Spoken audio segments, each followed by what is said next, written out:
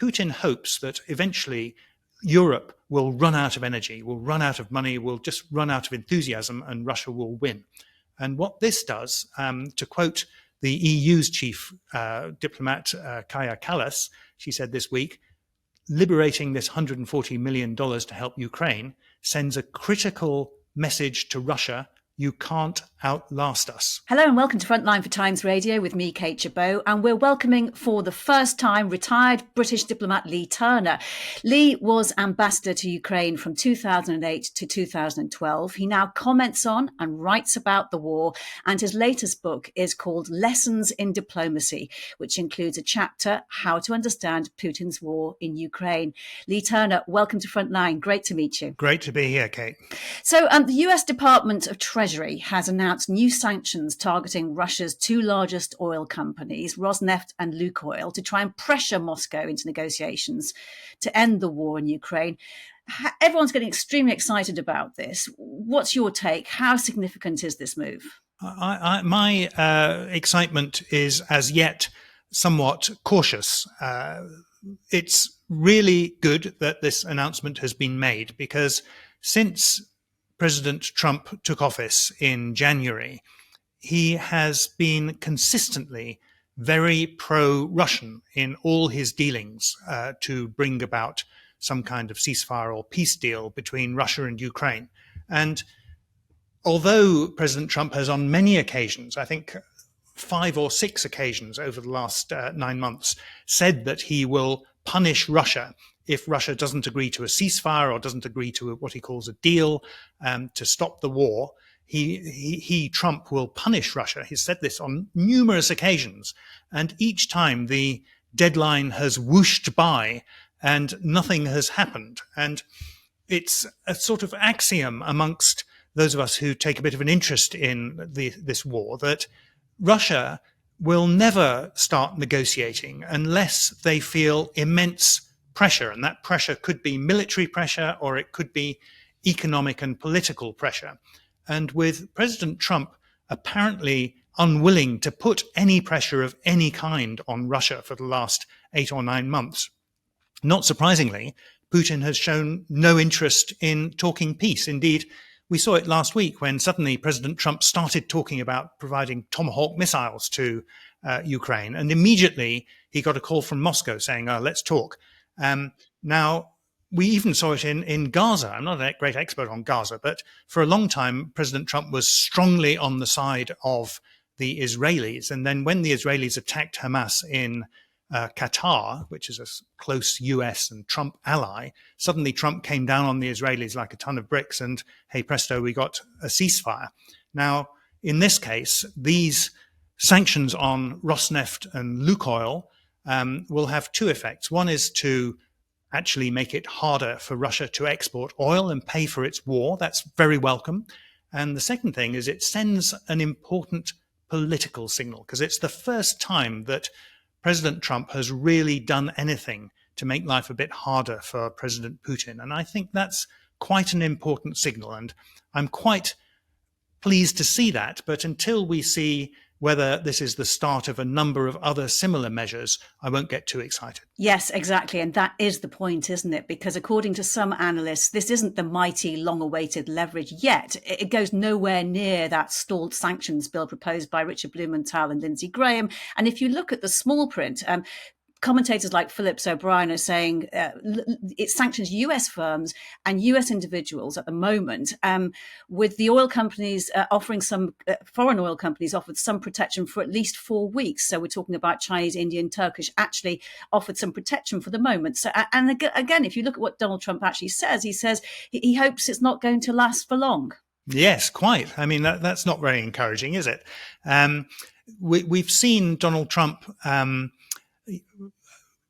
really meandering all over the place in his policy on Russia-Ukraine. Sometimes he makes occasional pro-Ukrainian comments. Most of the time, his comments are strongly pro-Russian. And at the end of last week, he apparently, when he met President Zelensky in Washington, was putting enormous pressure on Zelensky to accept a Russian proposal that Ukraine should give up great swathes of Donetsk and other provinces, but particularly Donetsk, that Russia has been unable to conquer in 11 years of war.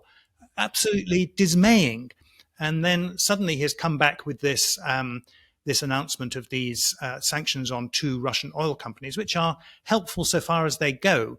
But really, we need to have a consistent policy from President Trump to put pressure on Russia to bring Vladimir Putin to the negotiating table. I'm not one of those people who says that Trump is extremely foolish and his involvement has achieved nothing.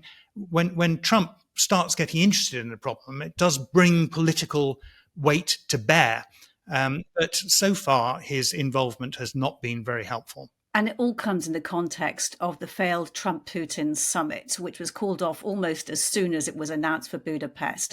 How can this vicious cycle actually be broken? That of talks, no concessions by Russia, followed by a doubling down of attacks. Yeah, I think the collapse of this planned summit between Putin and Trump in Budapest is actually great news. And it's the result of some good diplomacy, actually, by the Europeans who have been putting great pressure on Washington and going over there and explaining the situation. There often seems to be a sense that President Trump is very much influenced by the last person he spoke to. And we've seen Mr. Rutte, the NATO General Secretary, go over to Washington, and all of a sudden President Trump has become a bit more pro-Ukrainian. But I think until we get consistent pressure on Russia, we're just not going to see any end to this war, because Putin believes his own propaganda. This is a very dangerous thing for any authoritarian leader. I mean, it happens in democracies too, that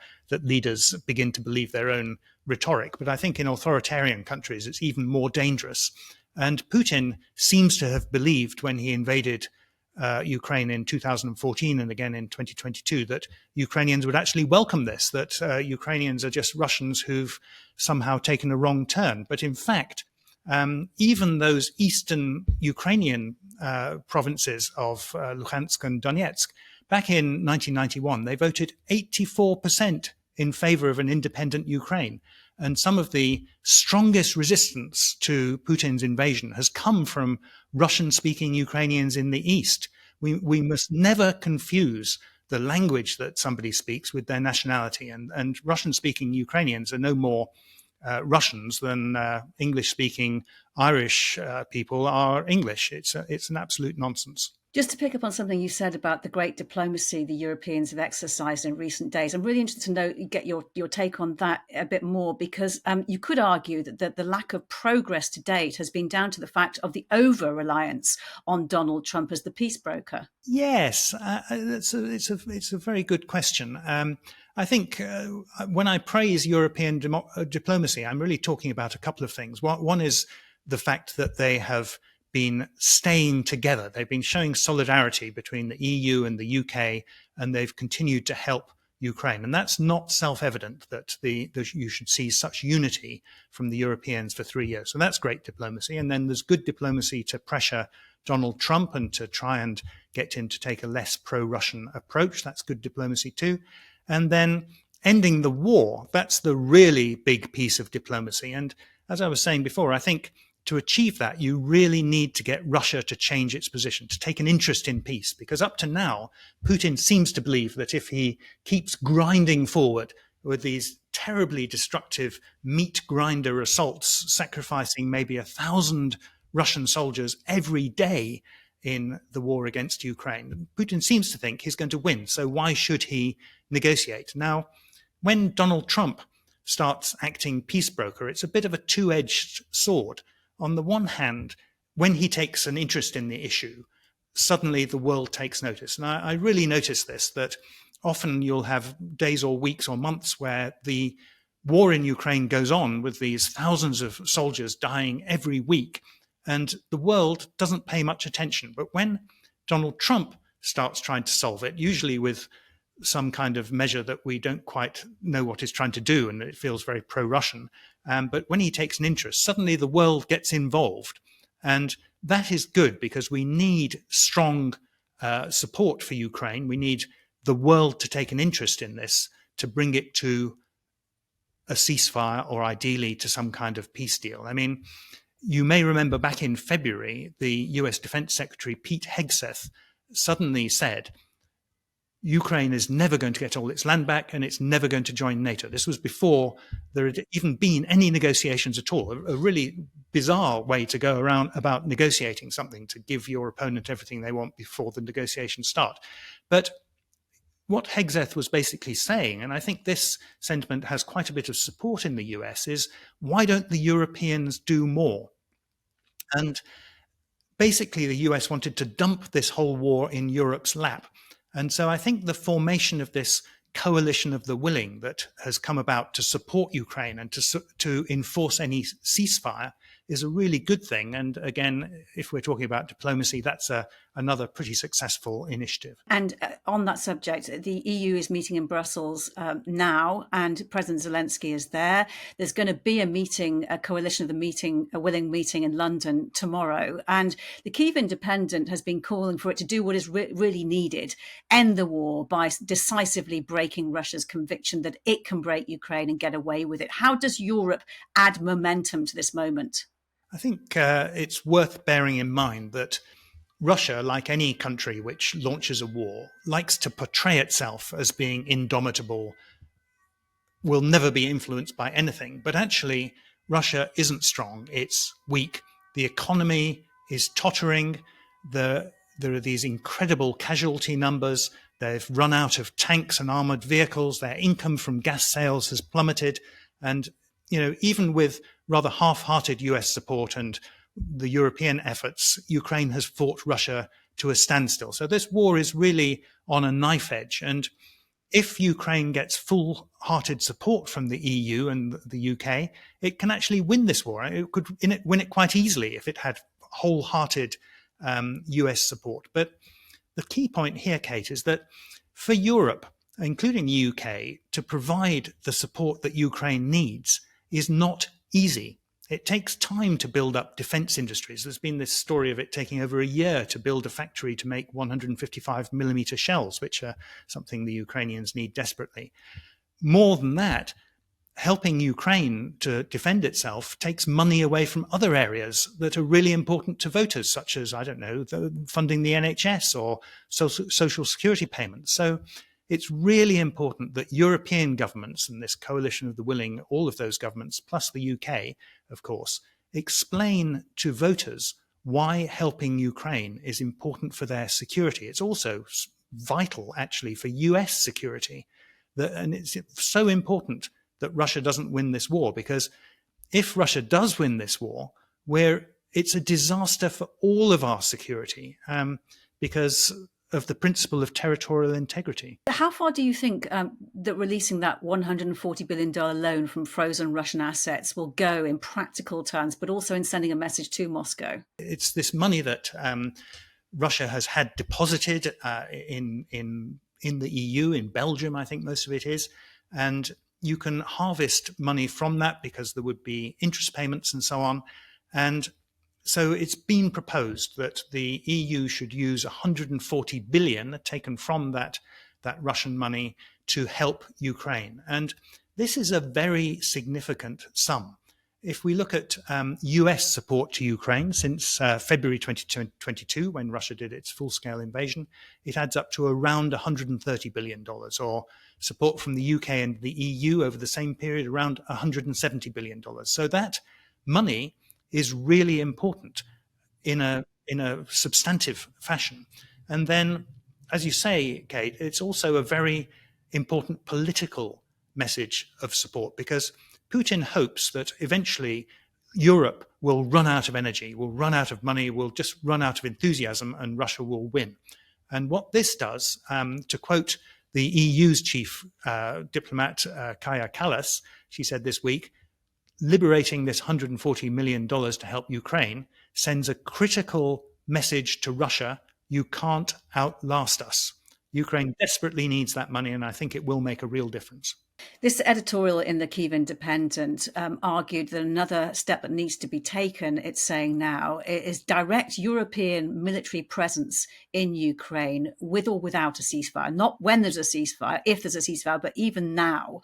Do you agree with that? I can see why the Kiev Ukraine, the Kiev Independent, is saying that. I like the Kiev Independent. It's a great newspaper. It's been fighting Ukraine's corner in very difficult circumstances for many, many years.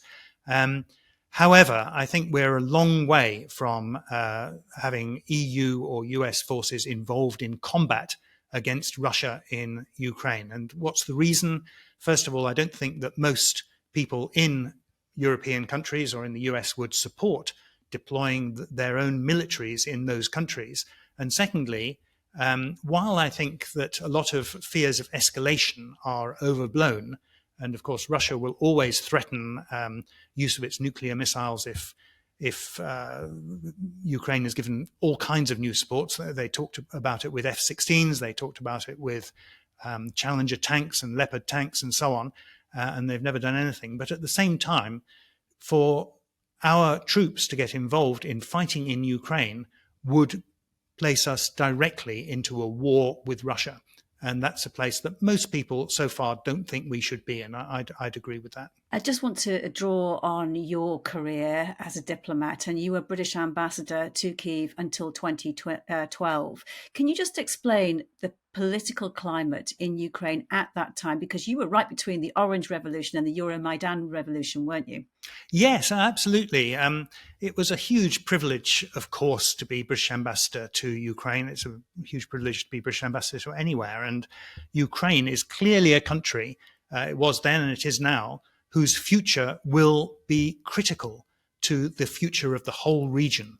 It was then a country full of hope and ambition. The overwhelming majority of Ukrainians want Ukraine to be a normal country, not one that is a sort of clone of Soviet era Russia or Ukraine. And they want to jettison the Soviet past. So all of that was in play. And it's very striking if you go and live in Ukraine. When I went there as ambassador in 2008, it was my first ever visit to Ukraine. I'd served in Moscow in the 1990s in the embassy there. And I was really struck by the fact it's a completely different place from Russia. It's very diverse linguistically. It has a Russian-speaking minority, big Russian-speaking minority. It has Hungarians, Tatars.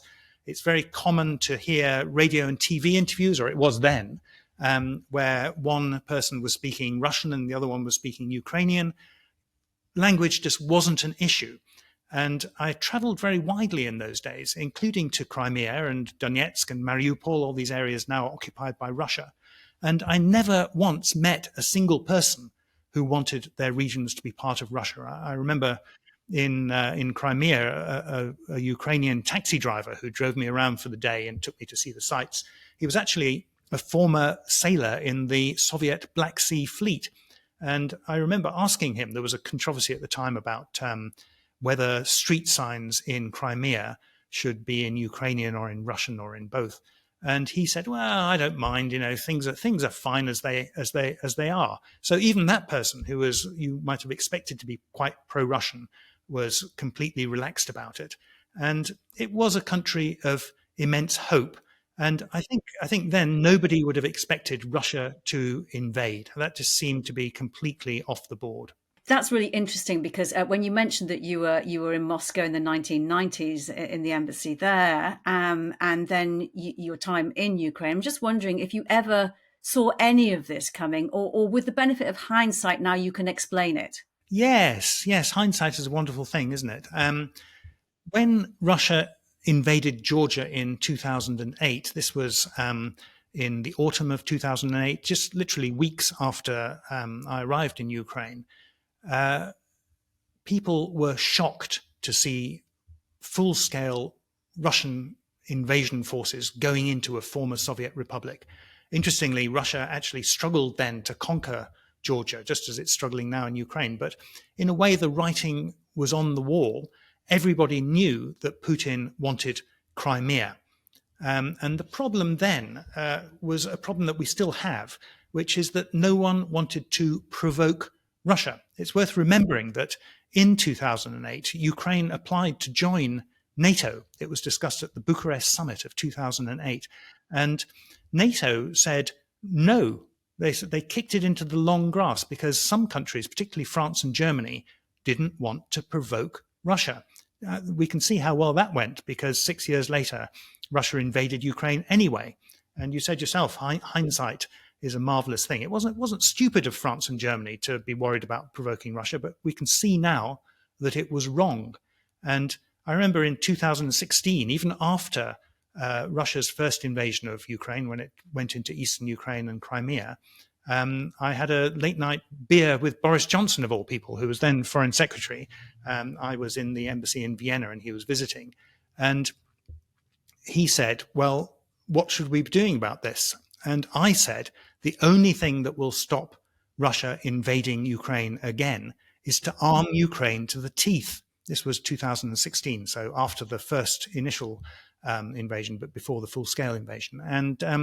And unfortunately, at that time, the orthodoxy in the UK and other countries was we mustn't provoke Russia. So it's very important to look at the history of this conflict to avoid making the same mistake again and again. That fear of escalation has dogged Ukraine's allies ever since, throughout your career, I'm sure. And when you suggested that, you must have seen that you thought that this was going to be an inevitability, that Russia would try a full-scale invasion. Then you saw it at that time, did you? Well, in 2016, after Russia had already invaded, I mean, that was quite a surprise to a lot of people who had some expertise in the region, because whereas Georgia is very much more obviously culturally very different from Russia, Ukraine traditionally has quite strong links to Russia, and there's a lot of intermarriage, and a lot of them speak Russian. People thought, surely the Russians will never invade Ukraine. But after they had invaded in 2014, the likelihood that they might invade again after the so-called Minsk agreements, which tried to bring a halt to the fighting between Russia and Ukraine after the 2014 agreement, the likelihood that Russia would invade again seemed very high, partly because the Russians kept saying we have no designs to attack Ukraine again. And unfortunately, when you hear something like that from the Russian government, this Russian government, you can be pretty confident that they mean the opposite of what they say. And this did turn out to be the case. I'm just wondering, if history were to repeat itself and you actually got to have a beer with Sir Keir Starmer right now, what would you be saying to him? Yes, well, I think the chance would be a fine thing. The key message really now is that we're in this for the long run.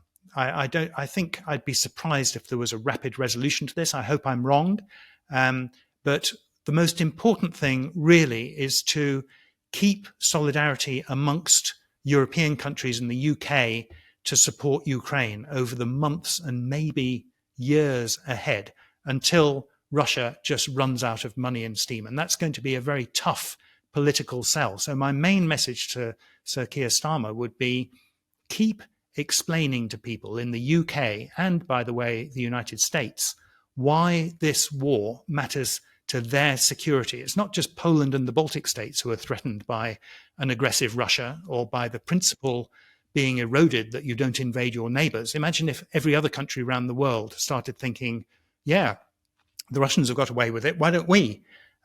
Or you have the message, of course, sent by Russia invading Ukraine, which had given up its nuclear weapons in 1994. That sends a very clear message. If you don't want to be invaded, you've got to get nuclear weapons. That's not in our interests either. So my message to Sir Keir Starmer would be that helping Ukraine to win this war is the best possible investment we can make now in the future security of the United Kingdom. And what do you think President Putin will be thinking of doing now to try and drive a wedge between European allies of Ukraine, but also between the US and European allies? I would expect President Putin to be thinking hard right now about making some kind of low-key concession, maybe indicating a readiness to talk about talks, to do something non-substantive to try and reduce the pressure on him. We've seen this first sign of the US putting a bit more pressure on Moscow, which I welcome very much. And Putin will be thinking, how can I dilute this? How can I get back onto Donald Trump? How can I influence him again? And I wouldn't be surprised if Putin presses for another summit or for a phone call with Trump, because every time that Putin up to now has spoken to Trump, Trump has come out of that meeting, I don't want to use the word parroting, but I will, coming out with Russian speaking points. We heard it after his last meeting with Putin, saying Ukraine is not a real country, or saying Russia is going to destroy Ukraine, or saying Ukraine should give up land that Russia hasn't been able to conquer in the last 11 years. So Putin will be very keen to have another go at President Trump, and maybe to make some gesture to suggest that it's moving, but without making any substantive concessions. And is there anything that a European diplomat can do in that situation? Well, I think, as we've described, I think the European diplomats need to work really hard on those three goals. I'll forget the third one, saying three goals, but the first goal is to keep the coalition together, the coalition of the willing, if you like, to provide arms to Ukraine, to provide financial support, to think how a ceasefire could come about and how it could be enforced. That's task number one. The second task for the Europeans is to continue to work on the Americans, on Donald Trump, to persuade him and convince him that President Putin's word is not worth very much. And then the third thing is to explore how to bring about an actual peace settlement. And that means continuing to support Ukraine financially and militarily. I said at the start of this conversation, Leigh, that a chapter of your book is entitled How to Understand Putin's War in Ukraine. What do you think those trying to end the war now need to understand to try and make that a reality? I think the key thing to understand about this war, Kate, is that the reason it's happening is that President Putin is terrified of democracy in Ukraine. He thinks that if Ukraine is allowed to prosper and be successful and is visibly democratic, then people in Russia will say, well, why can't we have some democracy too? And if there is true democracy in Russia, we know from the last more or less democratic elections, which took place about 15 years ago, there's a big anti-Putin majority in Russia. So Putin is desperate to keep this war going. Putin is desperate to win this war, because if he loses it, he'll be toast. And so I think the most important thing that we have to keep doing is to support Ukraine in order to decrease the risk of Russia losing this war, and in order to bring Russia to the negotiating table and end the fighting. Leigh Turner, great to speak to you. Thank you very much for your time. Thank you very much. You've been watching Frontline for Times Radio with me, Kate Chabot. If you'd like to be the first to get exclusive content, you can sign up for membership with the link below. You can also listen to Times Radio for the latest news, or read it on thetimes.com.